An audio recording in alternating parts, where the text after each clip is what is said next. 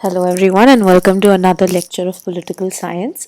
आज हम दोबारा वेस्टर्न पॉलिटिकल थॉट का एक कंपोनेंट उठाएंगे and we will be looking at Aristotle. And हमने पिछले वेस्टर्न पॉलिटिकल थॉट में जो थिंकर किया था वो था प्लेटो, राइट। सो प्लेटो के ही स्टूडेंट थे एरिस्टोटल एंड प्लेटो की ही थ्योरी की revision, correction and as a critic सभी ही तरह एरिस्टोटल को देखा जाता है, राइट। तो आज हम एरिस्टोटल की जो वेरियस हमने एरिस्टोटल में बेसिकली उनकी वेरियस थ्योरीज करनी है। So we will be looking at his theory of state, right. We will also be looking at his theory of slavery, at his theory of citizenship, at his theory of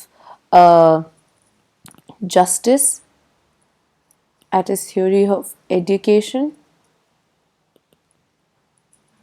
law, constitution, polity, and lastly as his theory of revolution, right. सो ये हमारे main components हो गए जो हमने Aristotle में देखना होगा, obviously followed by a critical evaluation. जो भी उनकी थ्योरी की क्रिटिसिज्म्स आए हैं, जो भी सजेशंस आए हैं, बाकी आगे चल के बाकी थ्योरीज ने, बाकी थिंकर्स ने उनको कैसे उनसे इन्फ्लुएंस हुए हैं या उनको कैसे करेक्ट किया है या उनसे क्या सीखे हैं, राइट। सो ये हमारा पूरा कंपोनेंट होगा जो कि हम एरिस्टोटल में पढ़ेंगे, ठीक है। आज के लिए हम एरिस्टोटल की इंट्रोडक्शन देखेंगे, उनकी मेथोडोलॉजी देखेंगे, उनका क्या आइडिया ऑफ नॉलेज था। Then we will also be covering his theory of state as well as slavery, ठीक है। तो आज के लेक्चर में ये सारे कंपोनेंट्स कवर होंगे, right. Now moving on, we realise कि Aristotle like his teacher Plato was basically lived for most part in the Greek city state of Athens। तो उन्होंने अपनी आधी से ज़्यादा लाइफ एथेंस में बिताई थी। बट एक जो बहुत बड़ा डिफरेंस था प्लेटो से एरिस्टोटल का, एरिस्टोटल एक एथेनियन सिटीजन नहीं थे, राइट। सो इसके कारण भी आप देखेंगे कि उनका experience as being a non citizen philosopher, उसने उनकी थ्योरी पे कितना ज़्यादा असर डाला, ठीक है। सो शुरू में ही हम देख लेते हैं कि प्लेटो के एक बहुत ही नोन स्टूडेंट थे एरिस्टोटल, एंड प्लेटो की जितनी theory I, theory of his theory of knowledge, his theory of state, ठीक है, स्टेट जहाँ पे वो अपने यूटोपियन रिपब्लिक की बात करते हैं, ठीक है, उनकी जितनी भी थ्योरीज थी, हिज थ्योरी ऑफ जस्टिस, उन सभी पे एरिस्टोटल ने आगे चल के काम किया एंड उन सभी थ्योरीज को आगे चल के एरिस्टोटल ने रिवाइज भी किया। साथ ही साथ में जैसे कि हमने प्लेटो को फादर ऑफ पॉलिटिकल फिलोसफी माना है, अगर हम एरिस्टोटल पे आते हैं, Aristotle is regarded as the father of political science because the varying form in which इन्होंने पॉलिटिक्स को देखा। For Plato politics was more related to idealism, तो एक तरह का पॉलिटिकल आइडियलिज्म प्लेटो के फिलोसफी में झलकता था, ठीक है। ज़्यादा फिलोसफिकल रूट्स थे उनके, इसलिए उनको फादर ऑफ पॉलिटिकल फिलोसफी माना जाता है। वहीं एरिस्टोटल ने साइंटिफिक मेथोडोलॉजी अडॉप्ट करने की, एक एम्पिरिसिज्म, फैक्चुअल नॉलेज गेन करना ऑब्जर्वेशन के थ्रू, एक्सपेरिमेंटेशन के थ्रू, उसके थ्रू पॉलिटिक्स को समझने की कोशिश की, इसीलिए एरिस्टोटल को फादर ऑफ पॉलिटिकल साइंस माना जाता है, right. Now moving on, we see कि एरिस्टोटल का जन्म हुआ था स्टैगिरिया नाम की एक छोटी सी ग्रीक कॉलोनी में, राइट। सो अगेन ये एक कॉलोनी थी और ये कॉलोनी बहुत पास थी to the kingdom of Macedonia, ठीक है। मैसेडोनिया के किंग थे फिलिप, एंड फिलिप के बेटे थे अलेक्जेंडर, जो आगे चल के अलेक्जेंडर द ग्रेट कहलाए, राइट। एरिस्टोटल ने अलेक्जेंडर को पढ़ाया था एंड आगे चल के जब वो एथेंस में आए, जहाँ पे उन्होंने आधी से ज़्यादा अपनी ज़िंदगी काटी, जैसे कि प्लेटो का हमने देखा था पुराने लेक्चर में, प्लेटो की एक अकेडमी थी, right. It was called an academy only, ठीक है। एक it was almost like a modern university and educational place, जिसको उन्होंने अकेडमी बोला था। उसी तरह एरिस्टोटल ने भी अपना एक स्कूल बनाया जिसका नाम था लाइसियम, राइट। अगेन जब हम एरिस्टोटल का रिलेशनशिप देखते हैं प्लेटो से, आगे चल के हमने ये एक थिंकर और करना है, जेएस मिल, राइट, जो कि एक स्टूडेंट थे of the utilitarian professor Jeremy Bentham, right. तो हम बोलते हैं कि जिस तरह से प्लेटो का रिविजन एक वाया क्रिटिसिज्म एरिस्टोटल ने किया, उसी तरह से बेंथम का भी ऐसा ही एक रिविजन जेएस मिल ने किया था, राइट, जिस तरह से आगे चल के एक उसके अंदर रिविजन करके करेक्शन करके उसको एक मोर होलसम फिलॉसफी बनाया यूटिलिटेरियनिज्म को जेएस मिल ने, उसी तरह प्लेटो के अंदर जितनी भी शॉर्टकमिंग्स थी उस पे इम्प्रूव करने की कोशिश थी एरिस्टोटल की। ठीक है, सो वही एरिस्टोटल एंड जेएस मिल को माना जाता है कि ये दोनों ऐसे स्टूडेंट्स थे जिन्होंने अपने मास्टर्स की काफी टीचिंग्स को रिजेक्ट किया, क्रिटिसाइज किया, पर एट द सेम डे उनको रिवाइज करके उनका एक बेटर वर्जन भी आगे निकाला।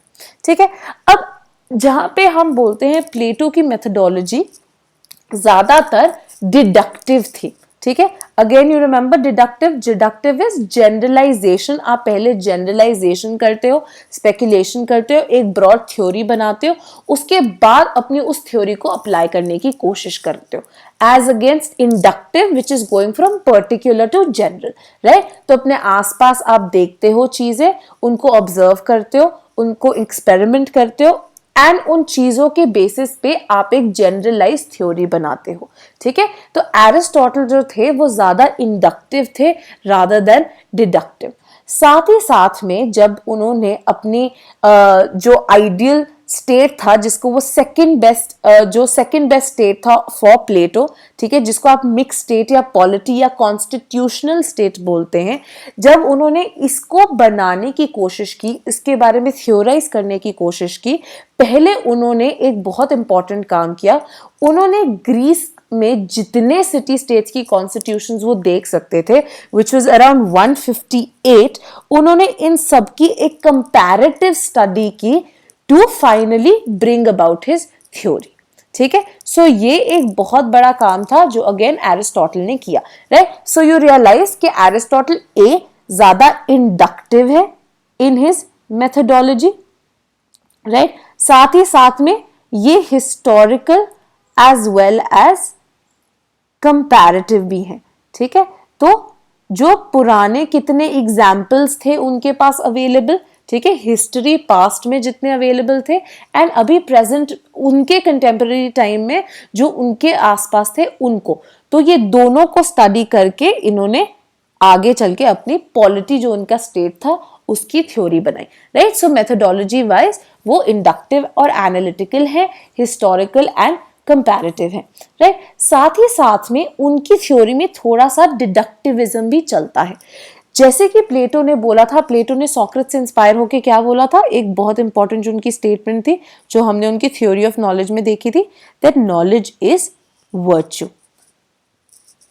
राइट, और ये नॉलेज इज वर्च्यू से रिलेटेड एक आइडिया ऑफ इसेंशियलिज्म कि at the end of the day everything comes down to its essence, ये इसेंशियलिज्म थोड़ा सा आपके एरिस्टोटल में भी था। द आइडिया कि अगर आपने कुछ देखना है, कुछ समझना है, आपने उसकी इसेंस को समझना है, the knowledge of essences. Right, at the end of the day आपने उसकी कोर को जाके समझना है, what rest at its heart, वो समझना है अगर आपने फिलॉसफी और थ्योरी को ढंग से कॉम्प्रिहेंड और अंडरस्टैंड करना है। राइट, तो इस तरह से वो डिडक्टिव भी थे।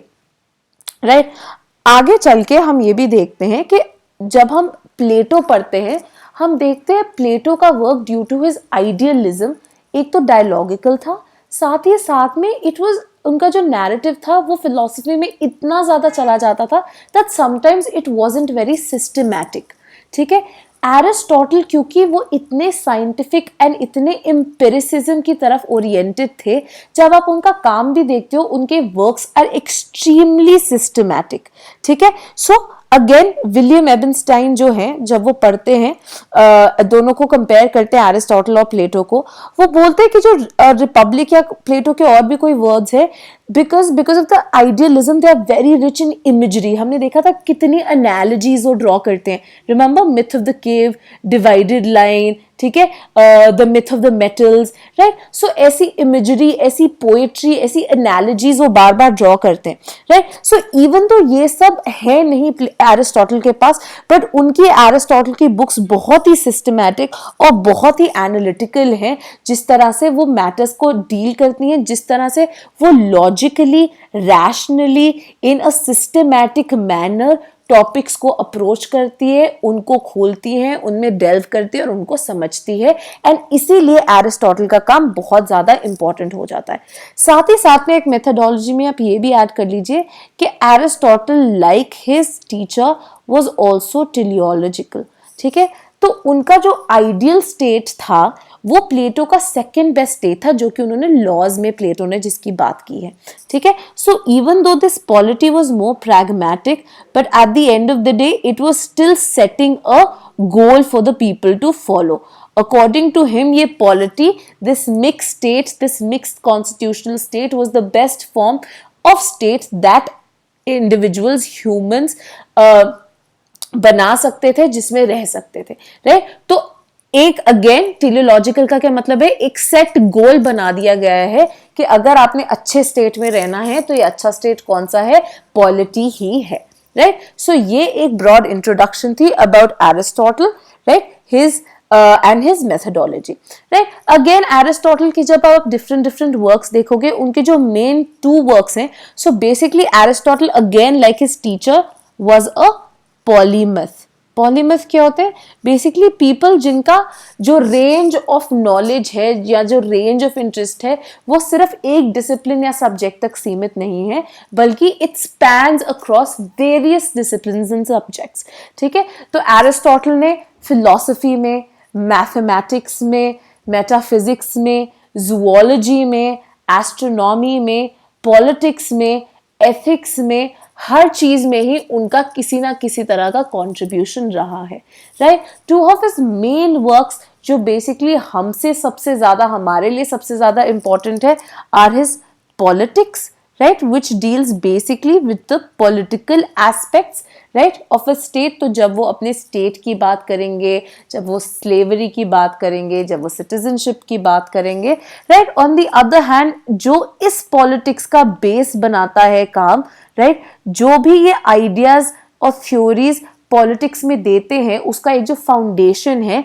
वो आ जाता है आपके निकोमैकियन एथिक्स में, राइट। ये इसके अंदर ज्यादा मोरालिटी की बात होती है, ज्यादा जस्टिस की बात होती है, राइट। और इन मोरालिटी, वर्च्यू, जस्टिस से एक जो कंपोनेंट बहुत इंपॉर्टेंट जो रिलेटेड है, जो हम अपने एरिस्टोटल के कंपोनेंट्स में करेंगे, एक्सट्रीमली इंपॉर्टेंट जो है वो है आपका idea of golden mean, right. तो ये निकोमैकियन एथिक्स का शायद सबसे इंपॉर्टेंट एक एस्पेक्ट था, ठीक है। ये भी हम अगले लेक्चर में करेंगे वेरी इंपॉर्टेंटली, राइट। सो अभी हम सबसे पहले we will look at his theory of knowledge, ठीक है। अब हमने बोला था लाइक प्लेटो, एरिस्टोटल के लिए भी knowledge is very important and knowledge को डिराइव करना is very important, right. And according to Aristotle, Aristotle ने बोला था अगर किसी भी इंसान का बस चले, फॉर हिम, हर इंसान for pleasure will try to broaden his wisdom. Intellectually वो अपने आप को आगे बढ़ाने की कोशिश करेगा, जितनी नॉलेज वो गेन कर सके उतनी नॉलेज गेन करने की कोशिश करेगा। वो बोलता है एक्चुअली एक अच्छा आदमी इसी तरह का होगा, राइट। बट अब जब आप ये नॉलेज की बात करते हो, क्या ये प्लेटो जैसी ही थी? अब हमने प्लेटो की थ्योरी ऑफ नॉलेज में एक बहुत इंपॉर्टेंट आइडिया किया था, which was of forms. Remember the theory of forms of ideals, the ideas, ठीक है। तो हमने बोला था कि अगर आपने तो उन्होंने क्या बोला था कि जो आपके अराउंड जो वर्ल्ड है, जो एक्चुअल वर्ल्ड है, that is what, a world of shadows. Myth of cave आपको याद है ना, ठीक है। सो मिथ ऑफ केव में again you have to remember कि एक केव है, लोग बैठे हुए हैं यहाँ पे, लोगों के पीछे एक दीवार है, दीवार के वहां पे एक फायर जल रही है, लोगों को ये जो आगे वाली एक दीवार है उसके ऊपर बस शैडोज दिखती है ऑफ डिफरेंट ऑब्जेक्ट्स। तो because those people are chained और उनको सिर्फ ये आगे की इतना हिस्सा दिख रहा था, तो क्या हो रहा था, वो शैडोज को ही रियलिटी मान रहे थे। फाइनली जब एक बंदा एस्केप होके बाहर निकलता है केव के, and he goes into the sun, that he finally realises कि जो हम केव में देख रहे थे वो तो बस शैडोज थे and the real world is outside, right. So this forms the ideal virtues, right. तो जैसे उन्होंने बोला था goodness, justice, beauty, right, these are what forms, right. अब एरिस्टोटल ये फॉर्म्स को रिजेक्ट कर देते हैं। किस तरह करते हैं वो हम देखते हैं। अब अगेन हम देखते हैं कि दोनों ही एरिस्टोटल और प्लेटो के लिए नॉलेज इज क्रूशियल, राइट। और प्लेटो का आइडिया ऑफ नॉलेज क्या है, बेस्ड ऑन फॉर्म्स है।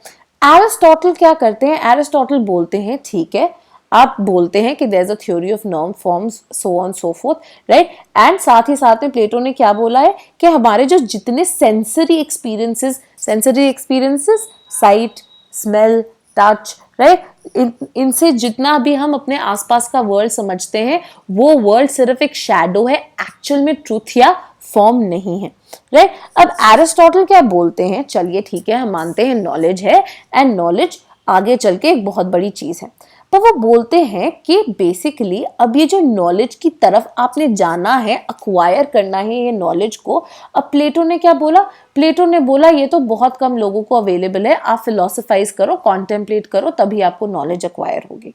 एरिस्टोटल क्या बोलते हैं, that the first step towards knowledge is what, कि आप अपने सेंसेस के थ्रू अपने आसपास की जो चीजें हैं उनको परसीव कीजिए, ठीक है। हमने देखा है एम्पिरिकल है बहुत, ठीक है, and empiricism is mainly based on what, observation, ठीक है, वो एम्पिरिकल है प्लस इंडक्टिव है, ठीक है। इंडक्टिव जैसे कि आपकी नेचुरल साइंसेस होती हैं, तो जैसे नेचुरल साइंसेस क्या करती हैं कि अपने आसपास देखती हैं, ठीक है, अपने आसपास through their senses they make certain observations, ठीक है, किसी इशू पे, किसी इवेंट पे आपने कई ऑब्जर्वेशन बनाई, फिर via experimentation, via rational reasoning, via certain logical inference आप फाइनली किसी ना किसी तरह की कंक्लूजन्स निकालते हैं जिनके थ्रू आप जनरलाइज थ्योरीज बनाते हैं, राइट। सो अगेन एरिस्टोटल बोलता है कि आप ऑब्जर्वेशन करिए ऑन वेरियस इश्यूज जिसके थ्रू आप ओपिनियंस बनाएं, ठीक है।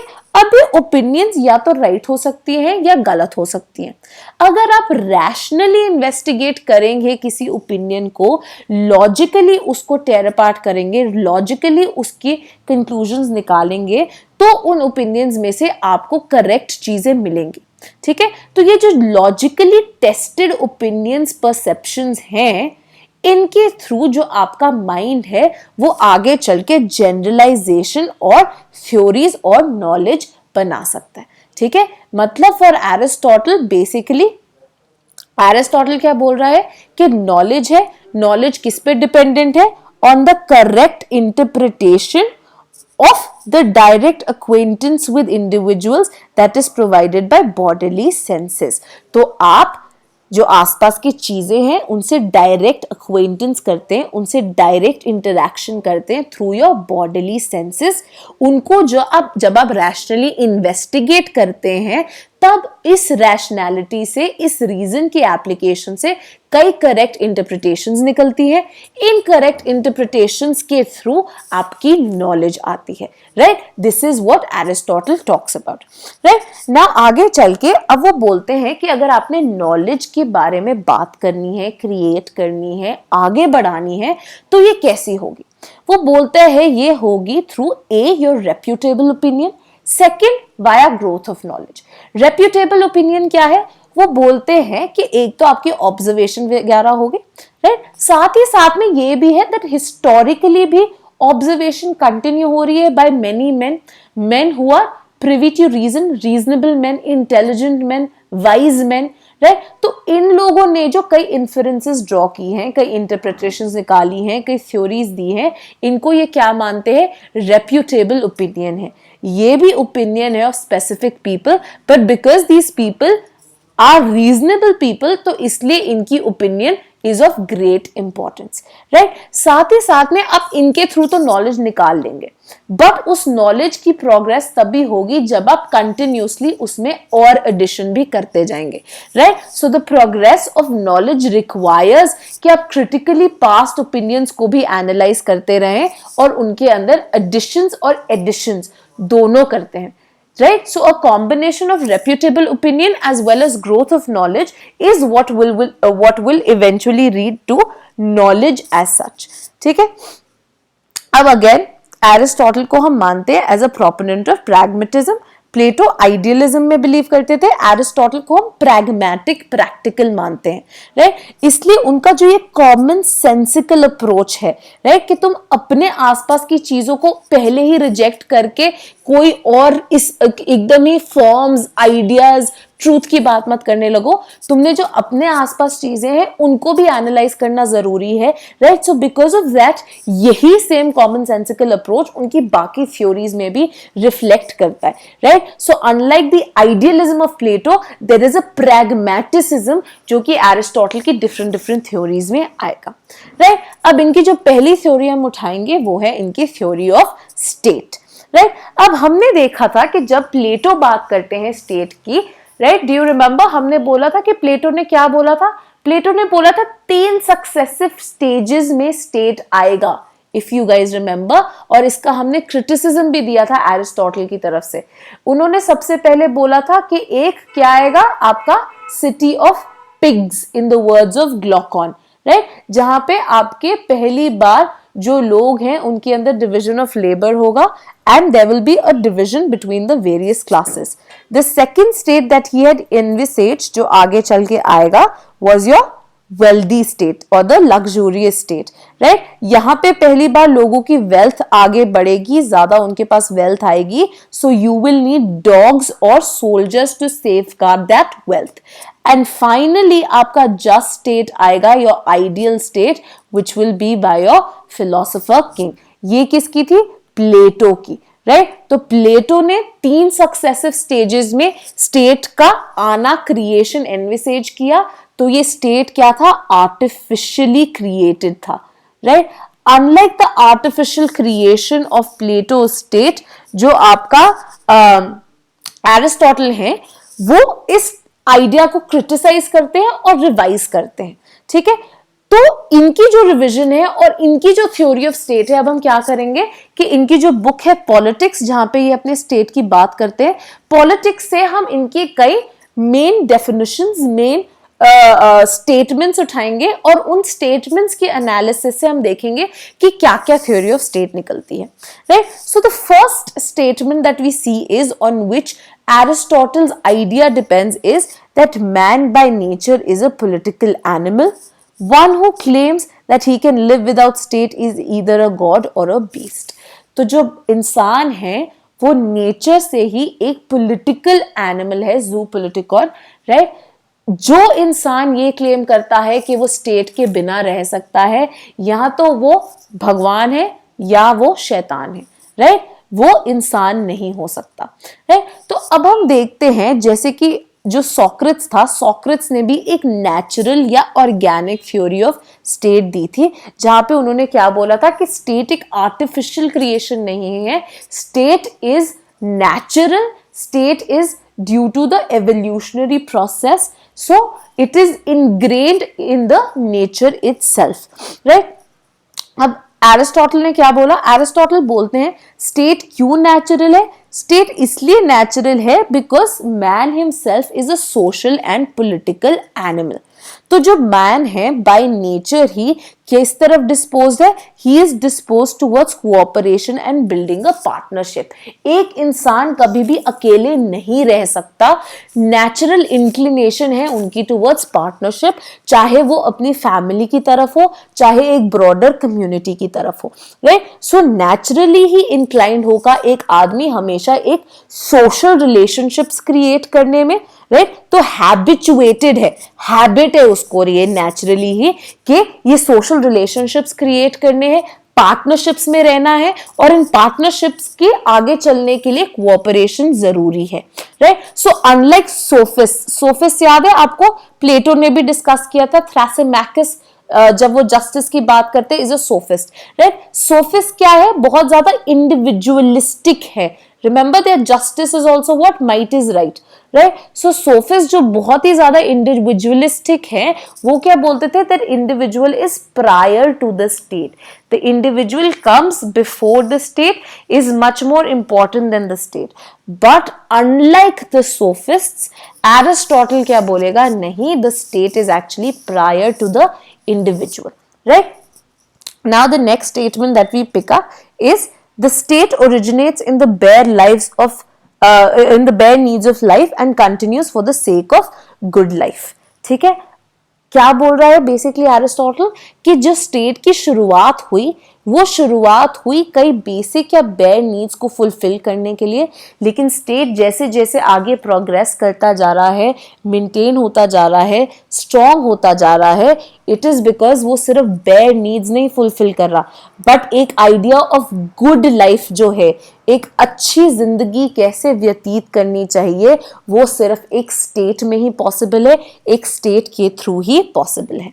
Right, so to explain this Aristotle बोलते हैं कि बेसिकली 3 टाइप ऑफ नीड्स होती है जिनकी आप एक हायरार्की ड्रॉ कर सकते हैं। हायरार्की मतलब from the least to the most important. ठीक है, और इन हायरार्की ऑफ नीड्स के साथ साथ कॉरेस्पॉन्डिंग सोशल इंस्टीट्यूशंस भी हैं जो कि इन नीड्स को फुलफिल करती हैं। तो ये नीड्स क्या है? पहली है आपकी प्राइमरी या बायोलॉजिकल नीड्स। ठीक है, जो आपकी बेसिक नीड्स हैं, प्राइमरी नीड्स हैं, वो आपकी कौन सी इंस्टीट्यूशन पूरी करती है? कौन सी नेचुरल इंस्टीट्यूशन पूरी करती है? फैमिली। ठीक है, आगे चल के आपकी सेकेंडरी या सोशल नीड्स हैं, वो फुलफिल करती है एक विलेज या कम्युनिटी। लास्ट है आपकी हायर नीड्स या ऑफ सेल्फ एक्चुअलाइजेशन, जहां पे जो एक इंसान है अपनी फुल पोटेंशियल रीच करता है, एक मॉरल क्रीचर बनता है, the best version of himself बनता है। That is only possible in a state. ठीक है, अब आगे चल के एरिस्टोटल बोलते हैं कि जो फैमिली है वो फर्स्ट फॉर्म ऑफ एसोसिएशन है और इसीलिए वो लोएस्ट है in the chain of social evolution. क्यों? क्योंकि वो बहुत जो everyday wants, basic needs, bare needs, biological needs है, सिर्फ उन पे कॉन्सेंट्रेट करती है और उनको ही सिर्फ फुलफिल करती है। उनसे ऊपर चल के जब आपकी सोशल नीड्स आती हैं, which are more than your basic needs, उनको पूरी करने वाली जो एक सेकेंड रंग ऑफ इंस्टीट्यूशन है वो है आपकी village. Right, highest in terms of value and purpose. जब आप वैल्यू सबसे इंपॉर्टेंट कौन सी है, कौन सा सबसे हाईएस्ट पर्पस जो फुलफिल कर रही है, वो है आपकी स्टेट। क्यों? क्योंकि वो सिर्फ preservation of life, preservation of life मतलब जैसे अगर आप एक कम्युनिटी में रहते हैं, so it is more comfortable for you to lead a life. Right, for example जब आपकी हंटिंग गैदर कम्युनिटीज थी, आप इकट्ठे हंटिंग करते थे। क्यों? बिकॉज आपके चांसेस ऑफ सर्वाइवल वो मोर। ठीक है, तो ये प्रेजर्वेशन ऑफ लाइफ के लिए नहीं है, ना ही it is for comforts of companionship जो आपको फैमिली प्रोवाइड करती है। ठीक है, ना ये उसके लिए है। स्टेट किसके लिए है? For the sake of good life, आपको एक अच्छा मॉरल इंसान बनाने के लिए, उसके लिए है ताकि आप समझ सके कि किस तरह से एक अच्छी लाइफ व्यतीत की जा सकती है, उसके लिए है। एंड जो पॉलिटिकल सोसाइटी है, ये आपको नोबल एक्शंस, अच्छे एक्शंस सिखाने की कोशिश करती है।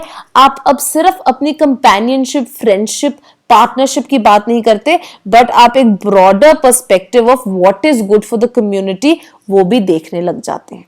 ठीक है, अब आगे चल के एक और जो फैसेट निकलता है रिगार्डिंग इस थ्योरी ऑफ स्टेट, वो आता है फ्रॉम द स्टेटमेंट, जब वो बोलते हैं that the state is a natural home that the individual has found in the culminating phase of his drive towards moral perfection. ठीक है, अब हमने देखा कि ये चेन है। ठीक है, फैमिली, फैमिली से विलेज, विलेज से स्टेट। ठीक है, अब जो स्टेट है, what does the state represent? The state represents a whole. अगर आपने अगेंस्ट एरिस्टोटल जब एग्जाम्पल देते हैं वो बोलते हैं अगर आपने स्टेट को समझना है, आप समझिए that is like a human body, और इस ह्यूमन बॉडी के अंदर डिफरेंट डिफरेंट पार्ट्स हैं। Right, now the parts while being of great importance and necessity for the entire body to function, the parts without the body are meaningless. अगर आप एक हाथ काट के फेंक देंगे तो that हाथ has no meaning outside of the body. उसी तरह जो स्टेट है वो एक जो इंस्टीट्यूशनल सोशल डेवलपमेंट हो रही है from the individual, right, so from family to village to state, वो इस इंस्टीट्यूशनल डेवलपमेंट का एक हाईएस्ट फॉर्म है, एक कल्मिनेशन है। Without the state the individual is meaningless.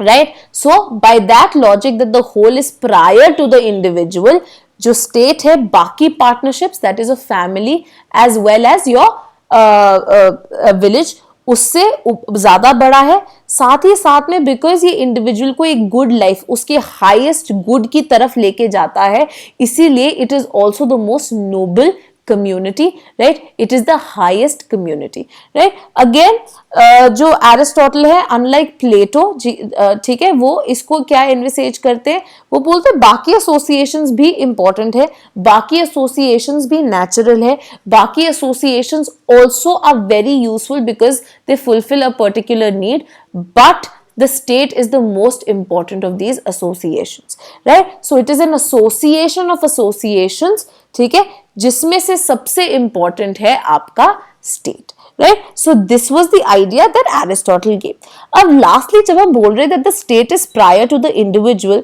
क्या इसका मतलब ये है कि the interest of the individual do not matter in face of the state? नहीं, वो क्या बोलते हैं, वो बोलते हैं, एरिस्टोटल बोलता है दैट बेसिकली अगर एक इंडिविजुअल को अपने इंटरेस्ट समझने हैं, if he has to realise what is good for him, वो तभी रियलाइज कर सकते हैं when he thinks of his particular good as a man, ठीक है? और तुम मैन कब हो, तुम ह्यूमन कब हो, when you're part of a community, of a moral community.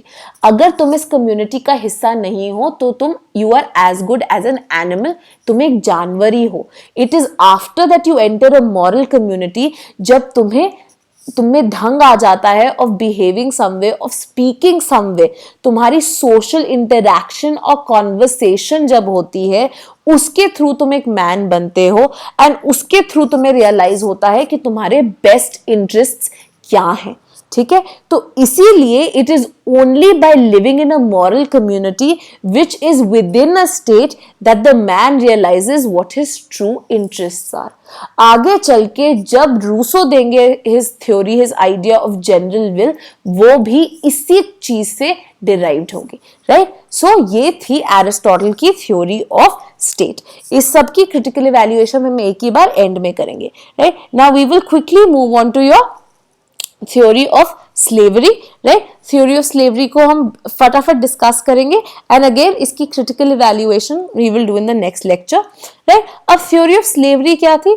एक इंपॉर्टेंट चीज जो आपने समझनी है was that slavery was very normal and a usual feature of ancient Greece, ठीक है? जो ग्रीस का जितना इकोनॉमिक सिस्टम था, it was dependent on slavery का एग्जिस्टेंस. अगर स्लेवरी नहीं होगी, ग्रीस का इकोनॉमिक सिस्टम कोलैप्स कर जाता. Greek trade and economy was very well dependent on slavery. Aristotle ने बोला कि ये जो स्लेवरी है, ये दोनों नेचुरल है एज वेल एज फंक्शनल है. इसका मतलब क्या है? स्लेवरी नेचर के थ्रू ही, आप नेचर ने ही ऐसी डिविजन की है between main that slavery can be justified. Hence slavery is natural because of certain natural differences amongst main. साथ ही साथ में slavery is also useful. Functionally इसका एक यूज है, इसलिए भी स्लेवरी इंपॉर्टेंट है, राइट? अब एरिस्टोटल जब बात करते हैं स्लेवरी की, वो बोलते हैं जब भी आप एक फैमिली को देखोगे and family in terms of a house hold, ये हाउस होल्ड एक यूनिट है और ये हाउस होल्ड यूनिट में आप तीन तरह की मेन पार्टनरशिप्स देख सकते हैं. कौन सी तीन मेन तरह की पार्टनरशिप्स है जिसपे हाउस होल्ड डिपेंडेंट है? एक है मास्टर स्लेव का partnership which is your mastership, right? Next is your matrimonial partnership, which is between a husband and a wife. And lastly is a paternal partnership, which is between your father and the sons. Aristotle के लिए mastership का comparison उनके लिए करना जरूरी था कि क्या ये स्टेट्समैनशिप और किंगशिप की जैसी है कि नहीं, राइट? अब एक हम फटाफट ब्रीफली एनालाइज कर लेते हैं कौन कौन सी पार्टनरशिप्स थी. जब वो मैट्रिमोनियल पार्टनरशिप को देखते हैं ना, बिटवीन हस्बैंड एंड वाइफ, ना unlike Plato, Aristotle believes that जो मेन हैं वो natural ruler of the household हैं एंड विमेन आर दोज जो नेचुरली रूल्ड होंगी, राइट? तो वो बोलते हैं कि एक मैन मतलब एक हस्बैंड और उसकी वाइफ के अंदर किस तरह का रिलेशनशिप होगा, एक स्टेट्समैन जैसा. क्यों? क्योंकि women can not rule according to Aristotle. उनके अंदर वो प्री डिस्पोजिशन, उनके अंदर वो एटीट्यूड या नेचुरल इंक्लिनेशन ही नहीं होता टू रूल. जो men हैं they are privy to these skills, to this wisdom, to this reason जिसके through they will become able rulers, right? So the man, the husband is always to rule his wife. That is the kind of partnership that he envisages in a matrimonial relationship. जो paternal आपके father और sons के बीच में है, उसके अंदर वो मानते हैं कि जो एक फादर है ही has to act like a king, जिसने अपने जो आने वाले जो उनके एयर होंगे उनको रेयर करना है, उनके अंदर वो नेसेसरी स्किल्स इनकलकेट करनी है. So a father is suppose to teach his sons all these skills which are required for managing a household, right? Lastly है आपका मास्टरशिप का रिलेशनशिप, राइट, जहां पे आपका मास्टर और स्लेव का रिलेशनशिप आता है. यहां पे वो बोलते हैं, प्लेटो ने क्या किया था, प्लेटो ने क्या बोला था कि जब मैं अपनी डिवीजन करता हूं तो एक चीज इनमें भी सिमिलैरिटी है, राइट? वो डिवीजन जरूर कर रहे हैं पर हमेशा याद रखिए, अब प्लेटो की क्या बोला था कि आप ऊपर नीचे हो सकते हैं, राइट? और साथ ही उन्होंने स्लेवरी की जगह नहीं, उन्होंने 3 वर्किंग क्लासेस, सोल्जर एंड आगे चल के आपके जो बेसिकली आपकी गवर्निंग क्लासेस हैं, राइट, जो गार्डियंस है वो एनविसेज किए थे. उन्होंने बोला था ये इसलिए जरूरी है ताकि इंटरडिपेंडेंस हो, नॉन इंटरफेरेंस हो, जिसके कारण स्टेट के अंदर बहुत सारी यूनिटी आए. But at the end of the day जो आपके स्टेट और सिटीजन्स और गार्डियंस थे, ठीक है, जो आपके मेन, जिन्होंने स्टेट को आप मानते हो, अगर देखते हो तो वो कौन थे, आपके सिर्फ guardians, right? So what Aristotle criticises, वो बोलते हैं कि तुम तो सारे एक ही तरह के आदमी लेकर आ रहे हो. एरिस्टोटल का बोलता है कि अगर स्टेट आपने पॉलिस देखना है, you need a plurality of different kinds of men, ठीक है, not a unity, excessive unity. तो for Aristotle, state is a unity in diversity and not only excessive unity, right? अब इसी में आगे चल के एरिस्टोटल बोलता है, अगर आपने मास्टर स्लेव रिलेशनशिप देखना है तो स्लेव समझना जरूरी है. वो बोलते हैं स्लेव्स 2 तरह के हैं. एक है बाय नेचर. बाय नेचर मतलब इनके अंदर जो नेसेसरी प्री डिस्पोजिशन है वही नहीं होती है, इनमें इंटेलेक्ट नहीं है, इनके अंदर कॉमन सेंस नहीं है, इनके अंदर विजडम नहीं है, राइट? मेनली जो बारबेरियंस है लिविंग आउटसाइड ऑफ ग्रीस, इनको ये बोलता है कि ये बाय नेचर ही स्लेव है, राइट? इनके अंदर ना करेज है, इनके अंदर कुछ नहीं है, इनके फायदे में ही ये है कि ये मास्टर को फॉलो करे. दूसरा वो बोलते हैं बाय सर्कमस्टांसेस. तो प्रिजनर्स ऑफ वॉर, ये वो लोग हैं जो कि हार गए हैं, राइट, जो बाय फोर्स या via certain conventional law forcefully slaves बनाए गए हैं. इन लोगों के अंदर पोटेंशियल थी, ये लोग है, इनके अंदर विजडम, इंटेलेक्ट है, मेंटल वो पोटेंशियल है मास्टर्स होने की, बट इनको फोर्सफुली स्लेव बनाया गया है. ये लोग जो बाय नेचर स्लेव नहीं है बट बाय सर्कमस्टांस है, ऐसी स्लेवरी को एरिस्टोटल अननेचुरल और अनजस्ट मानता है. अब अकॉर्डिंग टू एरिस्टोटल, नेचर ने ही लोगों को मास्टर्स और स्लेव में डिवाइड किया है. कई लोग मास्टर्स हैं जो कि इंटेलेक्चुअली सुपीरियर हैं, जिनके अंदर रीजन है, जिनके अंदर इंटेलेक्ट है, जो कि समझ सकते हैं कि आपने एक गुड मॉरल लाइफ कैसे व्यतीत करनी है. इसके अगेंस्ट आपके स्लेव्स है जिनके अंदर ये सब इंटेलेक्चुअल विजडम नहीं है, उनके अंदर ये आइडिया नहीं है that how to lead a good life, उनको अपना ही गुड, अपना ही इंटरेस्ट नहीं पता है.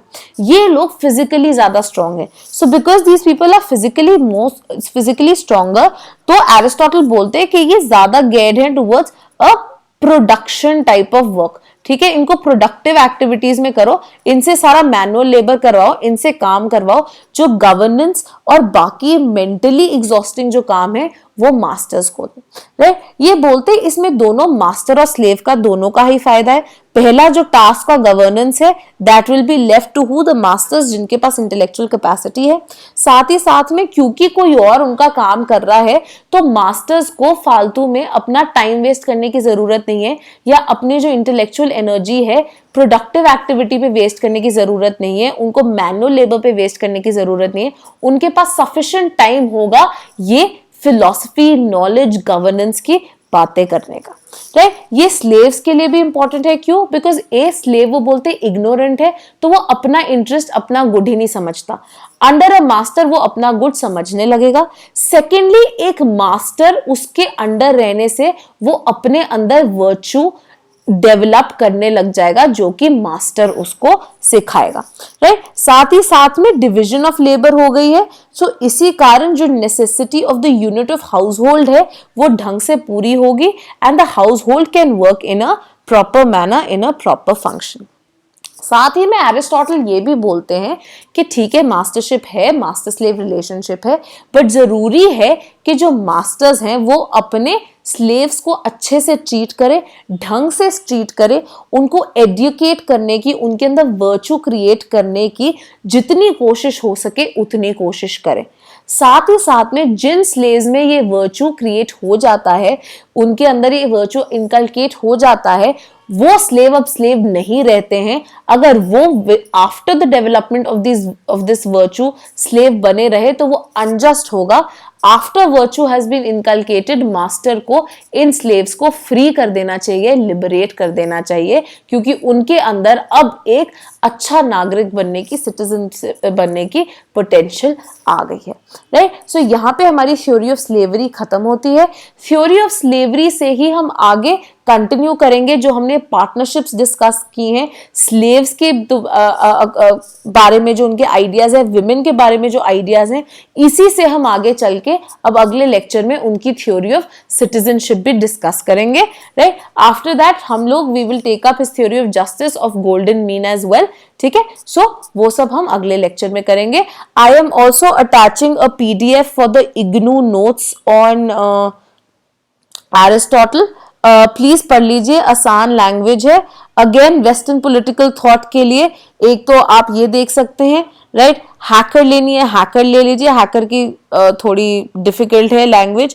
एक ब्रायन नेल्सन की भी बुक आती है, ब्रायन आर नेल्सन की, ठीक है, आप ये भी ले सकते हैं, राइट। इन दोनों की लैंग्वेज थोड़ी टफ है, तो पहले एक बार इग्नू से बेस बनाइए, फिर ये बुक्स ले लीजिए, ठीक है। Nelson is slightly easier than hacker, ठीक है। सो आप ये भी देख सकते हैं, ये बुक्स भी ले सकते हैं, right. So for your own clarity, so एक बुक तो प्लीज ले ही लीजिएगा, right. So I am attaching the वो also pol science test series का लिंक उस वीडियो में डाल दिया गया है, एनरोलमेंट के लिंक आ गए हैं। So people who want to get enrolled please जल्दी कर लीजिए, क्योंकि 14 से टेस्ट शुरू है, राइट। साथ ही में शेड्यूल भी डाल दिया गया है कि 14 को कौन से सेक्शंस का टेस्ट है, कौन सी चीजें होंगी, so you can have a look at that as well, right. Thank you and see you in the next lecture.